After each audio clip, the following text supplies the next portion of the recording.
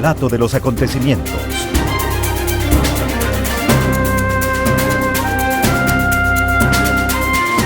Lo profundizamos en una entrevista en vivo. Damos la bienvenida al economista Mauricio Pozo. Él fue en 2 ocasiones ministro de Economía en 2 diferentes gobiernos en Ecuador. Economista Pozo, bienvenido. Quisiéramos conocer su punto de vista sobre cómo arranca Ecuador en este 2025 y sobre todo qué perspectivas tiene la economía ecuatoriana, que se ha iniciado según ha trascendido con una mínima caída en ese alto nivel, en ese alto puntaje de riesgo país con el que cerró el año 2024. Bienvenido. Muchas gracias. Las cifras definitivas del año 24 por parte del Banco Central, que es la entidad que normalmente provee de esta información, no está terminada. Esa información se conocerá en las próximas fechas.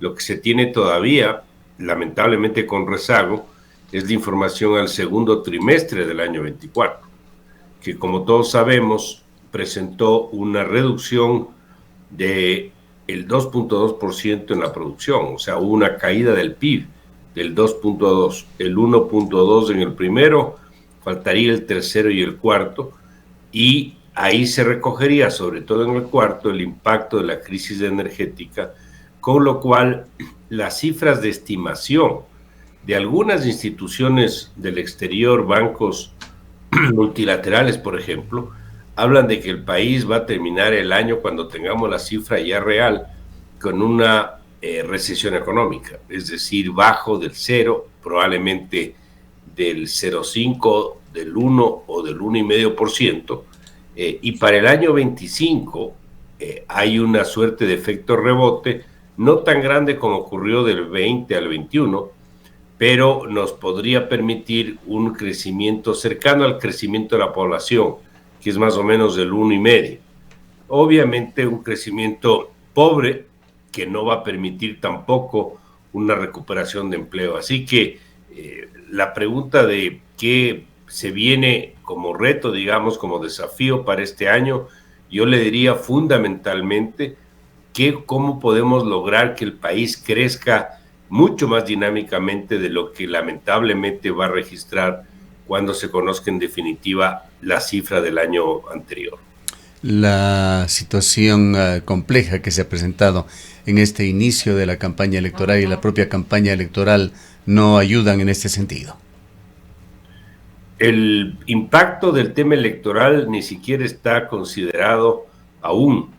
Esto siempre genera un problema, una secuela, porque la incertidumbre de qué va a pasar en el proceso electoral, quién va a llegar a la presidencia y ese que llegue, qué va a hacer. Y además recordemos que la posesión es el 24 de mayo, es decir, le queda un poco más de un semestre para poder revertir la situación, lo cual no es un tiempo tampoco muy largo. Por eso es que yo creo que el año 25 va a ser algo mejor que el 24, pero no podemos decir de ninguna manera que va a ser bueno. Por las razones que estoy citando, a esto hay que sumarle todo lo que se va acarreando y de las reformas que no fueron impulsadas en el gobierno que va a fenecer el próximo mayo y que también tienen una implicación para el Ecuador. El Ecuador, por ejemplo, no ha podido revertir los bajos niveles de inversión extranjera, sigue estando ahí. El riesgo país sigue estando sobre los 1.200 puntos, a pesar de que ha habido sin duda algún avance en otros indicadores como las reservas internacionales o el balance fiscal. Pero todo el resto de reformas que le habrían permitido crecer más rápido no se dieron el año pasado. Ojalá el siguiente gobierno pueda promover. Economista Pozo, muy buenos días. Pues el margen de acción en el 2025 va a ser muy limitado. Hay un presupuesto prorrogado por el tema electoral. Es un año electoral. Estaremos eligiendo nuevo presidente, vicepresidente, una nueva asamblea nacional, y los tiempos en este contexto político electoral pues dejarán un margen muy pequeño de acción en este 2025 y además todo dependerá, como habíamos dicho ya, de quién gane las elecciones.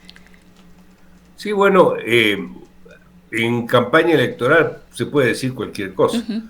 El momento en que ya uno toma posesión y tiene que tomar acción, ahí vienen los problemas. Las restricciones de presupuesto, las presiones políticas, la inmersión, diría yo, de la política en la economía, que esto puede ser técnicamente correcto, pero políticamente es un tema desgastante. A veces los gobiernos dicen, bueno, ganemos más fuerza política y ahí tomo esta otra acción. Otros creen, como yo creo también, que las acciones más complicadas políticamente hay que hacerlo al inicio de la gestión, cuando el gobierno tiene más fuerza, tiene más poder político.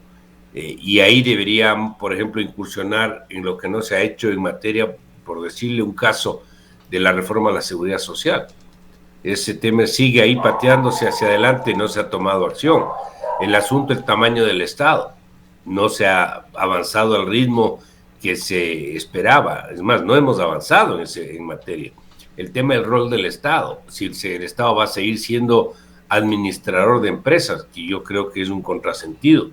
Ahí tenemos resultados complicados porque parte de los problemas que hemos tenido, por ejemplo, en el tema eléctrico, ha sido también por un problema de administración y de gestión. El tema petrolero está absolutamente parqueado, es más, ha seguido cayendo la producción. Eso hace pues que, unido a los temas por ejemplo, de la reforma laboral, que es un tema urgente, que no nos fue bien en la consulta popular, pero eso no quiere decir que no se insista. Toda esa lista de acciones que están sobre la mesa, esa agenda incompleta, tienen que emprender. Y así sea el espacio corto del próximo año, creo que esto necesita el país y ojalá el siguiente gobierno, el que sea, empuje este tipo de reformas.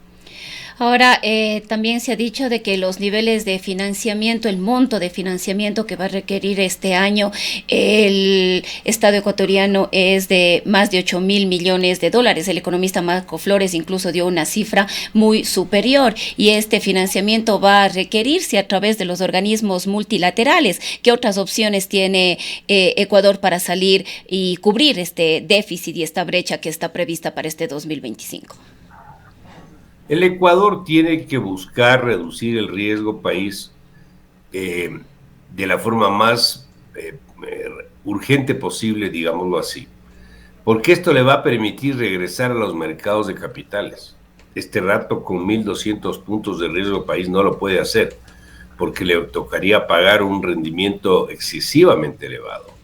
Yo le diría tasas del 12% o algo así, lo cual es impresentable. En ese sentido, para el próximo año, en materia de deuda externa, está ya previsto el financiamiento de los multilaterales.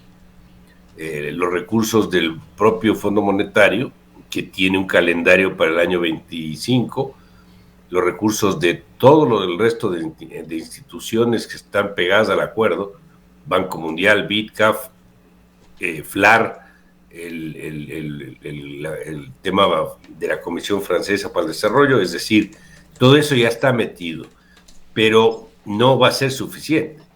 Por lo tanto, si están pensando en algún otro tipo de recurso proveniente del exterior, van a tener que idearse alguna vinculación con el tema petrolero, alguna suerte de venta anticipada o algo que les permita acceder en ciertas condiciones que no sea buscar emitir papel por las razones que les mencioné que va a ser impresentable. No hay condiciones, entonces, economista Pozo, para que se dé eventualmente ese rebote que analistas internacionales, Barclays, por ejemplo, esperaban para el primer trimestre. Bueno, el tema de crecimiento sí, puede haber un efecto de rebote inicial en el primer trimestre, pero aquí lo importante es cuál va a ser la evolución a lo largo de todo el año. Y esto, como menciono, está atado al impacto que pueda tener el tema político y asimismo al asunto de si van o no van a empujar las reformas que el país no ha podido hasta la fecha percibir. Asimismo, economista Pozo, en este 2025 toca pagar la deuda externa, se dice alrededor de 9.000 millones de dólares en amortizaciones en este 2025. Algunas de las propuestas es negociar para el no pago o para seguir pateando, como se dice, la deuda más adelante. Eso podría de alguna manera contribuir con la coyuntura que podría venirse en materia económica. Cualquier decisión que se adopte en materia de manejo de deuda tiene que ser sobre bases voluntarias y de mercado. Si no se lo hace así, esto puede ser visto como una suerte de moratoria, que es lo peor que nos podría pasar. Ahí sí se nos cierran todas las puertas. El Ecuador pudo renegociar, recordemos, en el año 20, nos dio oxígeno por cerca de 5 años, pero ese periodo ya está feneciendo. Y efectivamente, los montos de capital e intereses que nos toca pagar desde este año 25 y el 26 peor, son montos significativos. Y si el país no genera los recursos, va a tener que nuevamente ver la forma de cómo postergar o mejorar las condiciones de pago de esas obligaciones. Parte vendrá, obviamente, el propio acuerdo que sigue vigente de los multilaterales, pero parte tiene que venir de alguna otra opción. Lo que me preocupa es que si usted hace una revisión de por qué el riesgo país está donde está, una de las razones fueron las moratorias que se dieron, sobre todo en el 2008-2009, pero también las renegociaciones, así hayan sido amigables, es decir, si han sido de mercado y amigables, y a pesar de eso no les ha gustado, porque a ningún tenedor de bonos le gusta que le replanteen las condiciones, eso puede en la práctica complicar que el riesgo país caiga al ritmo que el país necesita. Entonces no es un tema fácil, no es un tema de un manejo simple, pero si esto se acompaña con otras acciones, puede ayudar. Fíjese lo que son a veces un poco antipáticas las comparaciones, pero fíjese lo que ha pasado en Argentina. Tienen un año y se han bajado 15 puntos en el déficit público, 7 del presupuesto y 8 de lo que se llama déficit cuasi fiscal, que es la pérdida del operativo del Banco Central. O sea, el diferencial cambiario casi no existe. La economía ya empieza a mostrar recuperación en los indicadores sociales también. La inflación ha bajado a tasas que no se había visto en décadas en Argentina, es decir, los logros económicos en ese país en un periodo muy corto han sido enormes. El riesgo país ya ¿Cuáles son las mejoras? Nos gustaría conocer en el ámbito social, pues hasta donde conocíamos hay un 53% de pobreza en Argentina.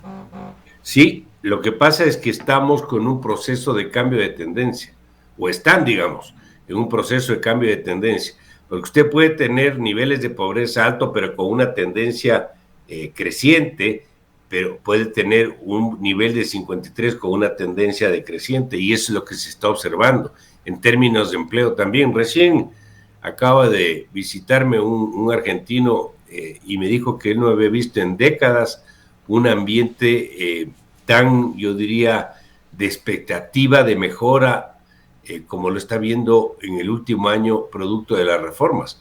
El señor Milei se puso un norte y va caminando contra viento y marea en esa dirección, y ahora hasta los mercados le han premiado con varias acciones, como lo que estaba comentando de la baja sustantiva del riesgo país.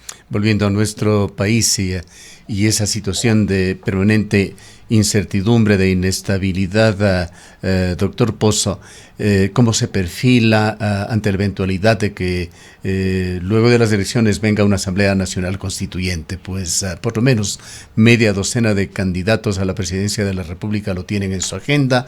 Daniel Noboa también ha hablado sobre la necesidad de reformas constitucionales significativas sin definir aún el mecanismo de su parte. Yo soy escéptico de esto, Gustavo, porque el país ha vivido con cambios constitucionales permanentes. Se dijo que la del 2008 era una maravilla versus la anterior. Ahora nuevamente no sabemos cuáles serían, por ejemplo, los cambios que quieren promover. Habrá que ver qué reformas quieren hacer.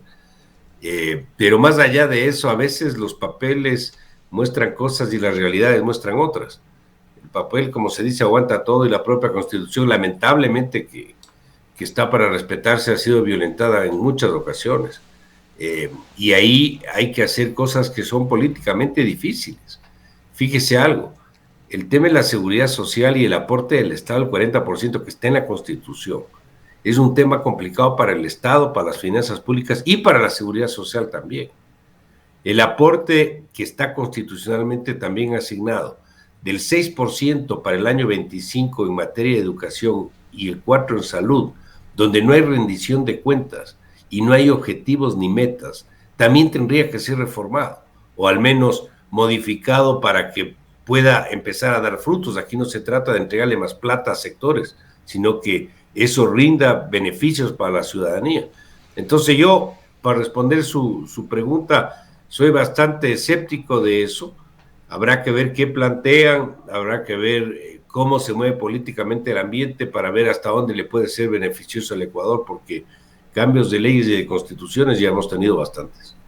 Bien, vayamos a uno de esos parámetros, no es de las macro cifras, pero que sí viene preocupando. Con frecuencia se habla de este tema, lo enfoca la revista Análisis Semanal, el microcrédito. ¿Qué le dice a usted ese fenómeno que se está evidenciando en cuanto al microcrédito, que en las cooperativas más grandes presenta una de las tasas más altas de morosidad también en la banca privada? Bueno, esto no es un tema reciente. Hay negocios o segmentos de crédito mucho más riesgosos que otros. El caso del microcrédito es ese. Es una actividad diferente, una actividad que para poder entenderla se tiene que comprender cómo se da el proceso. No es que el señor que necesita un crédito para su tienda va y se dirige al banco y pide la operación, no. Todos estos sectores de microcrédito son visitados por gente de las oficinas bancarias o de las cooperativas, y ese costo operativo de colocar un crédito de $3,000 a 2 años plazo, o de $4,000 o de menos, es un proceso costosísimo. Por lo tanto, hay que darle la rentabilidad para que no se produzca lo que se llama exclusión financiera, porque la competencia del microcrédito es el agiotismo, son los chulqueros. Ellos son los que a esa misma gente que no accede a las instituciones reguladas les prestan en condiciones absolutamente nocivas. Le doy un ejemplo en Quito, no sé cómo sea en Cuenca, pero aquí los mercados, por decir el mercado de San Roque o Santa Clara o algún otro, si algún productor agrícola pequeño que tenga 1 hectárea que produce limones o frutilla quiere vender en el mercado, necesita capital de operación. Le prestan a las 6 de la mañana $100 y le cobran el 5% diario, imagínense, y a las 5 de la tarde le están cobrando los $5 por los 100 y encima la gente se siente agradecida. Bueno, para evitar esa exclusión, esa gente que está abusada y que no se da cuenta cuánto realmente les están cobrando, es que necesita un sistema que pueda mejorar la determinación de tasas de interés, donde el sector del microcrédito sería un gran beneficiario para poder impulsar la incorporación de nuevos sectores, nuevas personas, nuevas empresas pequeñas, nuevos clientes del segmento. Solo para darle un ejemplo, aquí la tasa más alta está en el 28, para operaciones pequeñas, de hasta $1,000. Ese mismo segmento en otros países, por ejemplo Bolivia, que ha impulsado mucho, está en más del 40%. Cualquiera diría 40% es una locura en términos anuales. El problema es que es 40% contra 4,000%, que es lo que le cobran si esa misma persona va al agiotismo a buscar acceder a algún tipo de financiamiento. Así que yo le podría comentar algo de este tema respecto a este segmento. Bien, para finalizar, economista Pozo, que quisiera escuchar usted a los candidatos a la presidencia de la República en materia de economía en general, particularmente en manejo de la deuda pública. que va ya significando año a año aproximadamente un 40% del total de ingresos del presupuesto general del Estado. Bueno, yo creo que tienen que ser más explícitos en cómo van a lograr las metas, porque uno puede decir cualquier cosa, pero por ejemplo, ¿cómo van a reducir el impacto de la deuda en las finanzas públicas? ¿Van a entrar en un proceso de renegociación amigable de mercado o cómo lo quieren hacer? En el caso de la deuda interna también. En el caso de la deuda externa bilateral, es decir, gobierno a gobierno, hay segmentos de deuda que se pueden mejorar. Y eso es un tema que también se lo dejó en stand-by y no ha sido enfrentado. Lo que hablamos antes, las reformas. Van a emprender en la reforma de la seguridad social, van a emprender en el tema de una reforma laboral que mejore y le dé más opciones a la contratación de personas. ¿Qué van a hacer con el rol del Estado en la administración de empresas públicas? Todo eso, creería yo, esos cómo van a poder manejar estos temas, sería bueno escucharles a los candidatos. ¿Con qué grado de optimismo ve usted esta coyuntura electoral de Ecuador? No me gusta ser pesimista, Gustavo. Yo normalmente soy más optimista que pesimista. Me gusta más ver el vaso medio lleno que medio vacío. Pero soy escéptico de lo que se viene, muy escéptico, porque veo cosas que no me agradan, por ponerlo de alguna manera. Pero bueno, La peor seguridad jurídica sigue minándose. Tenemos un problema de seguridad ciudadana que no hemos podido resolver, eso está ahí. Vemos que nadie o muy pocos sectores tratan de buscar consenso sobre temas nacionales, ver cada uno su metro cuadrado de interés y no cede posiciones, y los países que no aglutinan posiciones para objetivos nacionales no caminan.